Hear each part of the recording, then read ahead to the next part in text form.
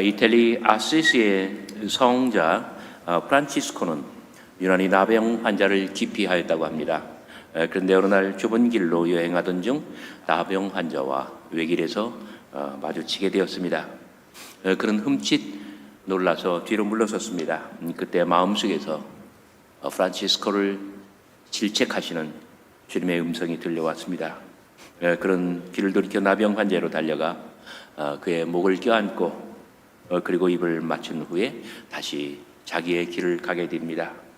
그러면서 흘낏 뒤를 돌아다보았는데 나병 환자는 보이지 않았습니다.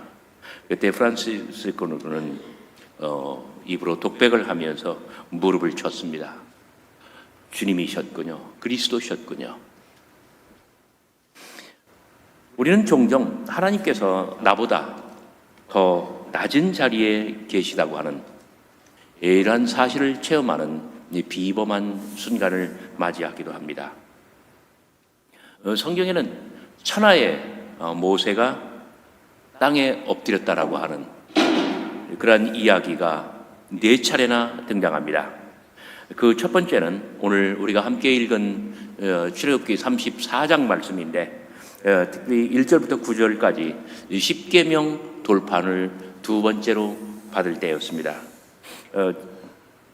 32장에 보면은 모세가 십계명 돌판을 받고 시내산에서 내려오는데 아랫동네가 너무나 시끄러워요. 여호수아한테 물어보니까 다툼이 일어난 것 같아요. 아니라 다툼이 아니라.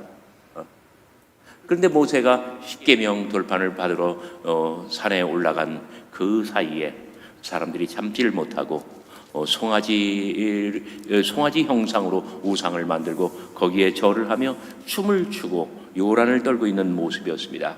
그때 모세는 자기의 분을 참지 못하고 두 개의 돌판을 산 아래로 내던집니다. 그래서 산산조각이 났습니다. 그러니까 백성도 정말 신앙적으로 훈련되지 못했고 모세도 인격적으로 아직 다 원숙하게 성장하지는 못했던 것입니다. 오늘 성경 본문에서 하나님께서는 모세에게 나타나 다시 돌판을 처음 것처럼 두 개로 만들고 산에 오르라 하십니다. 34장 1절 여호와께서 모세에게 이르시되 너는 돌판 둘을 처음 것과 같이 다듬어 만들라. 내가 깨뜨린 처음 판에 있던 말을 내가 그 판에 쓰리니 아침까지 준비하고 아침에 시내산에 올라와 산 꼭대기에서 내게 보이되 아무도 너와 함께 오르지 말며 온 산에 아무도 나타나지 못하게 하고 양과 소도 산 앞에서 먹지 못하게 하라. 다시 십계명을 주기 위해서 여호와께서는 모세에게 두 가지를 명령하십니다. 첫째 1절 두 개의 돌판을 준비하라. 둘째 2절 3절 아침에 여호와의 산 꼭대기에 올라 내게 보이되 아침 전에 준비하라. 정숙하고 경건한 마음을 준비하라. 처음에는 첫 번째 명령은 두 개의 돌판을 준비하라는 것입니다. 그리고 무엇보다도 마음가짐을 정숙하고 정결케 하여 나와 너 사이에 단독자로서 만날 수 있도록 그 모든 환경과 여건을 그렇게 준비하라는 거예요. 아무도 너와 함께 오르지 말며 온 산에 인적을 금하고 양과 소도 그 앞에서 먹지 못하게 하라.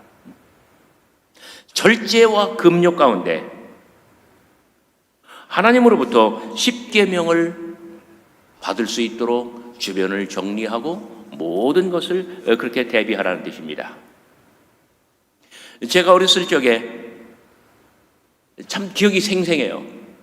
어머니는 주일을 앞두고 토요일 날 모든 주일 준비를 다 끝내놓으셔요. 집안 청소, 그 다음에 저희 이 자식들이 입고 갈 옷까지도 정말 깨끗하게 미리미리 빨아서 다 다려놓고 그리고 헌금까지 준비해 놓으셔요. 그 주일 아침에는 그냥 가기만 하면 될 정도로 그렇게 토요일 날 모든 것을 다 준비해 놓으셔요. 제가 유학생활을 하면서 아이를 둘을 낳았습니다.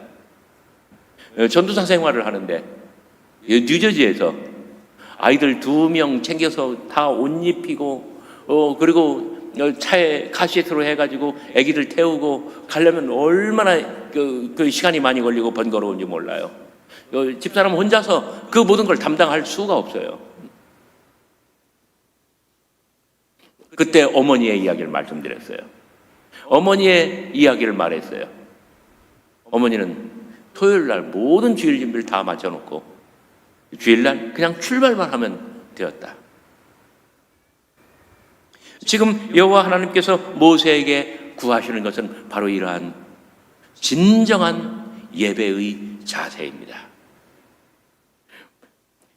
하나님께 무릎 꿇고 그리고 정말 모든 말씀을 다 받을 수 있는 그러한 정결한 상태, 마음도 몸도 생활도 완전히 준비되어 있는 그러한 상태. 그래서 4절 모세가 완전히 주변을 정리하고 여호와의 산에 오릅니다. 5절 이때 여호와께서 산 위에 강림하십니다.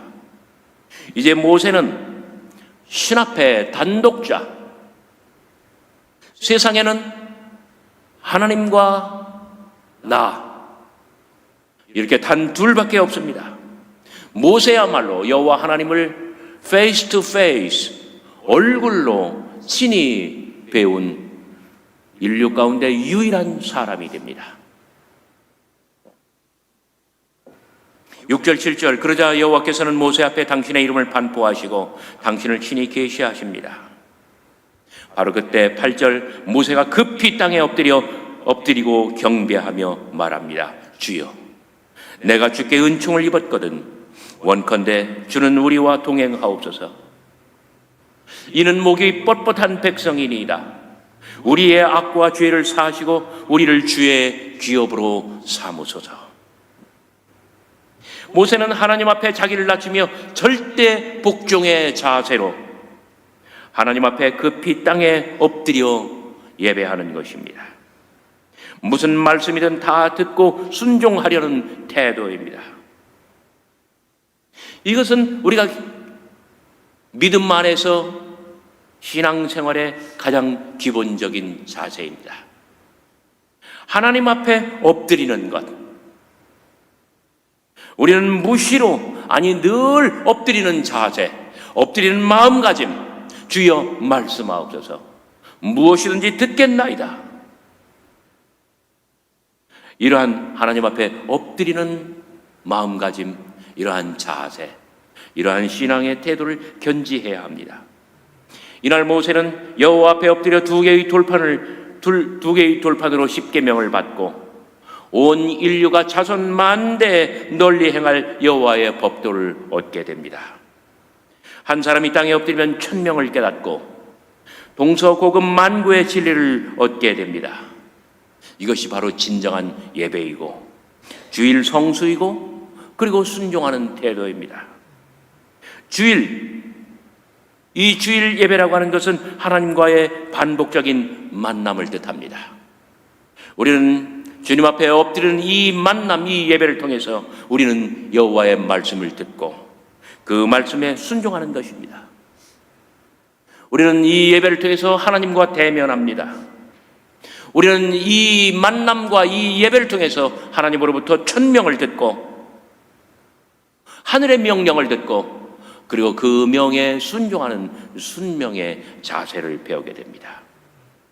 사랑하는 성도 여러분, 하나님 앞에 엎드리십시오. 하나님 앞에 엎드리십시오. 여러분은 여러분의 계획 속에 하나님을 포함시키셨습니까? 하나님께서는 당신의 계획 속에 여러분 한 사람 한 사람을 포함시키셨습니다. 바로 이런 놀라운 진리가 계시되고 폭로되는 순간 저와 여러분은 하나님 앞에 엎드려야 합니다. 모세가 땅에 엎드리는 두 번째 이야기 그리고 세 번째, 네 번째 이야기는 모두 민수기라고 하는 책에 나옵니다.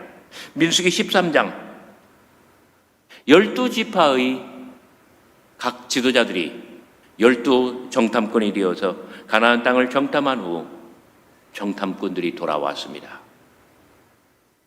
대다수의 정탐꾼들이 돌아와서 부정적인 보고를 합니다. 그들은 거인과 같고 우리는 그 발 아래 메뚜기와 같아서 우리는 그들 앞에 질 수밖에 없다. 그들의 땅은 너무나 험하고 사나워 짐승의 입과 같아 우리를 삼킬 것이다. 14장 1절 민심이 흉흉해집니다. 온 회중이 소리를 높여 부르짖으며 백성이 밤새도록 통곡하였더라. 여러분 상상해 보십시오. 아이고 우리는 죽게 되었다. 그래서 민수기 13장 2절 3절 온 백성이 모세와 아론을 원망합니다. 우리가 애굽 땅에서 죽었거나 이 광야에서 죽었으면 좋았을 것을 어찌하여 여호와가 우리를 그 땅으로 인도하여 칼에 쓰러지게 하려 하는가? 우리 처자가 사로잡히리니 애굽으로 돌아가는 것이 낫지 아니하랴. 4절 원망은 드디어 반역의 불길로 타오릅니다. 우리가 한 지휘관을 세우고 애굽으로 돌아가자. 구체적인 플랜까지 마련됩니다. 여러분, 만 백성이 등을 돌리고 반역할 때 어떻게 해야 합니까? 우리가 세상을 살다 보면은 모든 사람들이 내게 등을 돌리고 나의 마음과 나의 의도를 완전히 왜곡한 채 민심을 사납게 흔드는 경우가 있습니다. 내 말과 내 힘으로는 아무것도 할 수 없을 때 그때 나는 어떻게 해야 합니까? 5절 바로 그때 모세가 아론과 함께 이스라엘 온 회중 앞에 엎드렸습니다. 모세와 아론이 이스라엘 자손의 온 회중 앞에 엎드린지라. 여러분 모세가 누구입니까? 이집트 황실에 사랑받던 왕자였습니다. 그리고 호렙산 정상에서 타오르는 가시덤불 그 불길 곁에서 여호와 하나님을 친히 배운 민족의 영도자입니다. 그러나 되지도 않는 비판과 원망 반역에 노출되고 말았습니다. 하나님이여 이 반역의 무리를 권능의 지팡이로 싹 다 쓸어버리니까. 여러분 때때로 목회가 이렇습니다. 뭘 사정을 잘 모르는 사람들이 소리를 높입니다. 그리고 마구 흔들어댑니다. 지도자가 그렇습니다. 애정과 열정, 희생 이런 것들이 없는 사람들이 가볍게 처신하며 전체의 공동체를 흔듭니다. 하나님, 이러한 자들을 언제까지 그냥 두시나이까? 이 지팡이로 싹 다 쓸어버리리까? 그러나 앞서 여호와 하나님 앞에 엎드렸던 모세는 이번에는 사람들 앞에 엎드립니다. 하나님 앞에 엎드린 자만이 사람들 앞에 엎드릴 수 있는 법입니다. 여러분 사람들 앞에 엎드려 본 적이 있습니까? 나를 힘들게 하는 사람 앞에 내가 정말 비굴해질 정도로 엎드려 본 적이 있습니까? 6절 9절 모세가 땅에 엎드리자 바로 그때 정탐꾼 중에 여호수아와 갈렙이 나타나 바른 말을 합니다. 7절 우리가 두루 살피며 정탐한 땅은 심히 아름다운 땅이라. 여호와께서 우리를 기뻐하시면 우리를 그 땅으로 인도하여 돌이키시고 그 땅을 우리에게 주시리라. 이는 과연 젖과 꿀이 흐르는 땅이라. 다만 여호와를 거역하지는 말라. 또 그 땅 백성을 두려워하지도 말라. 그들은 우리의 먹이라. 그들의 보좌는 그들에게서 떠났고 여호와는 우리와 함께 하시느니라. 그들을 두려워하지 말라. 모세가 땅에 엎드렸을 때에 여호수아와 갈렙이라고 하는 걸출한 두 장수를 얻게 되었습니다. 나중에 여호수아는 모세의 후계자가 됩니다. 갈렙은 나이 80이 넘도록 평생을 다 바쳐 가장 충성된 신하가 됩니다. 그러나 부정적인 보고와 나쁜 소문을 낸 사람들, 그리고 백성을 선동한 사람들, 그들은 모두 하나님 앞에 재앙을 받아 광야에서 죽고 맙니다. 그리하여 정탐 40일은 광야 40년으로 연장되었고 이스라엘은 모진 고통을 겪게 되었습니다. 하나님과 사람들 앞에 우리는 겸손해야 합니다. 벌은 내가 주는 것이 아닙니다. 내가 잘못된 사람들을 찾아서 그들에게 잘못을 지적하고 내가 벌 주는 것, 그것은 하나님의 뜻이 아닙니다. 내 할 일, 나의 본분은 잘못된 사람을 곤란해서 벌 주는 게 아니라 오히려 그들 앞에 엎드리는 일입니다. 땅에 엎드리면 사람들이 모여듭니다. 자기보다 못한 사람들에게 엎드리는 사람, 자기만 또 못한 사람에게 엎드려 절하는 사람, 이러한 사람들이 사람을 얻는 법입니다. 그러므로 땅에 엎드리는 자가 이깁니다. 엎드리는 자가 성공할 수밖에 없습니다. 하나님께서 나에게 천사도 흠모할 만한 직분을 주시는 것은 첫째, 하나님 앞에 엎드리라고. 그리고 두 번째, 나보다 못한 사람들 앞에 엎드리라고. 바로 이러한 과정을 통해서 정말 여호수아와 갈렙 같은 사람들이 내 곁으로 모여들고 그리고 더 많은 사람들의 지지를 얻으며 하나님의 큰 일을 할 수 있게 되는 법입니다. 모세가 땅에 엎드린 세 번째 이야기는 민수기 16장에 나와 있습니다. 민수기 16장 1, 2절, 고라가 당을 짓고 이스라엘 대표 250명이 전부 반역에 동조해 버렸습니다. 3절, 고라와 반역자들이 아론을 대하며 목소리를 높입니다. 그들이 모여서 모세와 아론을 거슬러 이르되 너희가 분수에 지나치도다. 여러분, 분수에 지나치도다, 현대어로 말하면 드라마나 모든 재미있는 그 프로에서 선 넘지 마, 그 얘기예요. 선 넘지 마. 그러니까 이 고라와 레위 지파 사람들, 그 모든 두령들 250명이 모세와 아론을 향하여 너희가 선을 한참 넘었도다. 회중이 다 각각 거룩하고 여호와께서도 그들 중에 계시거늘 너희가 어찌하여 여호와의 총회 위에 스스로 높아지느냐. 여러분, 요즘 민중신학, 해방신학, 여성신학, 자유주의 신학자들이 보면 완전히 매료되고 전율할 내용이에요. 그들이 뭐라고 이야기를 합니까? 회중이 다 각각 거룩하고 여호와께서도 그들 중에 계시거늘. 회중이 다 각각 거룩하고 여호와께서도 그들 중에 계시거늘. 이 가장 진보적인 신학자들이 정말 전율할 만큼 매혹적인 이야기예요.